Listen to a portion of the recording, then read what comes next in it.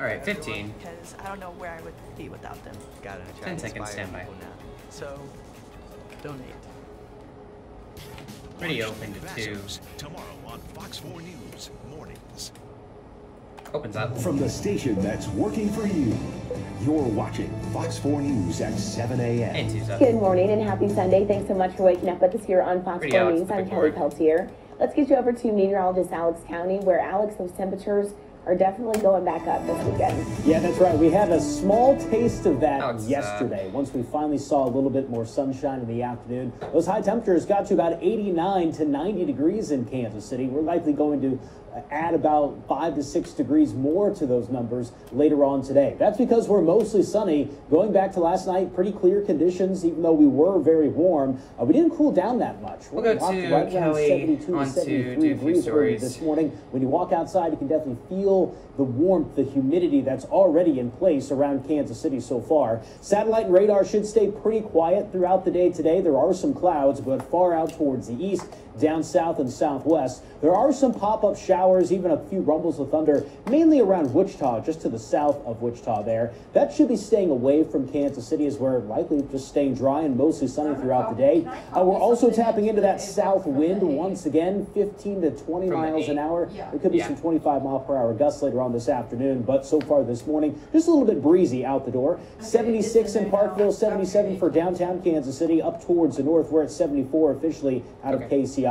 Similar weather for St. Joe and Maryville, all the way to the Missouri-Iowa border there in the mid-70s. For the first half of the day, really no problems, but we will be warming up pretty fast with the sunshine for the first half. 83 at 10, 90 potentially by noon. Later on today. As we head into the afternoon, high temperatures right around 95 degrees. It'll feel more like 100 to 105 later on in the afternoon as well. Of course, we're still tapping into that wind too. Everybody under the heat advisory throughout the day today and Monday. This doesn't expire until in the evening time, right around 8 o'clock Monday. So we still have a couple of days of heat to get through before we start to cool things back down.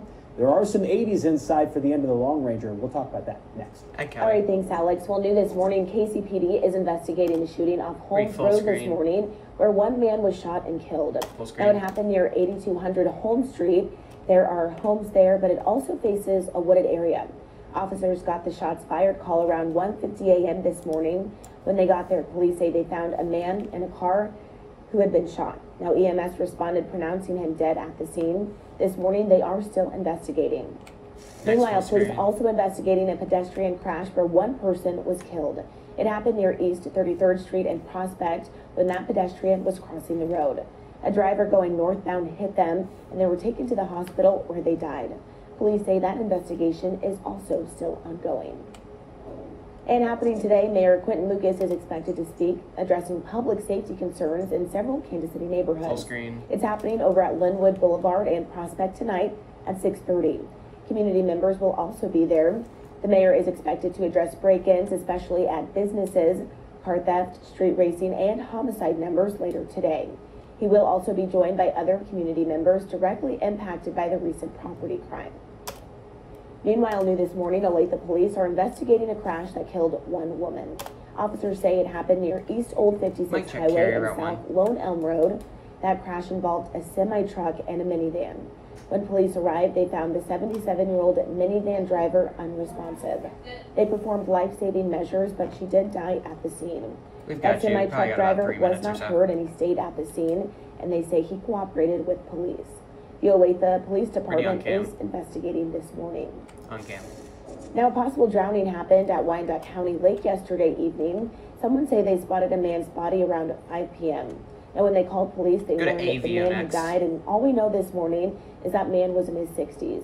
If you have any additional information, call the TIPS hotline at 816-474-8477. AVO. Meanwhile, KDOT crews are blocking all lanes at 435 this weekend.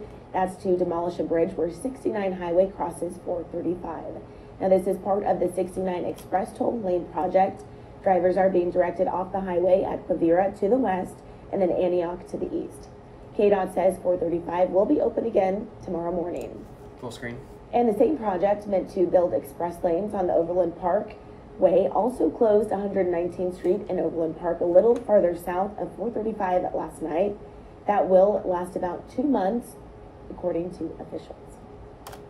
And a new partnership between the Missouri Department of Transportation and the Community Service League of Jackson County, promising to help homeless in our area. The goals are improve their safety, help them get needed assistance, and clean highway roadsides. This week marked the start of that partnership with the Community Service League. The league goes into camps, cleans them up, and then hires some of the people who live there to continue picking up litter. A similar program focused on specifically downtown KC helped 153 homeless in the first half of this year. Now this video on your screen from MoDOT showing some of the camps they've already cleaned up. Meanwhile, the plan to demolish an old vacant hospital in Joplin is on hold this morning after the city council didn't get enough votes to approve it. Freeman Hospital closed back in 1975, and that building housed government offices for some time after that. But it has been empty for years now. There's been a dispute over how to exactly pay for that demolition. Some council members want to use $1 million in federal grant money. Well, special needs kiddos are putting the pedal to the metal this weekend with the second annual Kids Autocross event. It's at the Underground on 31st Street. You can see their students from across the metro getting to show off their driving skills. Probably got about 45 seconds. Giving kids a golf cart, and then they're off, taking a spin around the race course. For a lot of them with special needs, it was their first time doing anything like this. Track A. It lets him feel so independent. One of the things about his disability is that we don't know if he'll ever be able to drive, but today that doesn't matter if he can get a driver's license. Today everybody's a driver.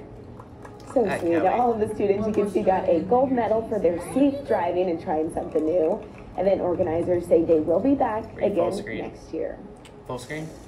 Well, today head over to Boulevard Brewery for the Tailgate Championship with Chiefs offensive lineman Creed then we'll have Humphrey. Tower Camp You can bump go out, to the keep Tours and music Rec up. Center for game day eats, cold beer, and a photo op with Humphrey himself. $1 for every pour will go to KC Pet Project. Pretty Route 1. Hey, Carey. Add Route 1 and music. Hey, good morning. We are live this morning in Corporate Woods in Overland Park, where they are setting up for the Head for the Cure race. It's the biggest one ever, and they are raising millions of dollars for brain cancer research. We'll tell you all about it when we come back. Keep music up. Cut Route 1. Clear. Thank you.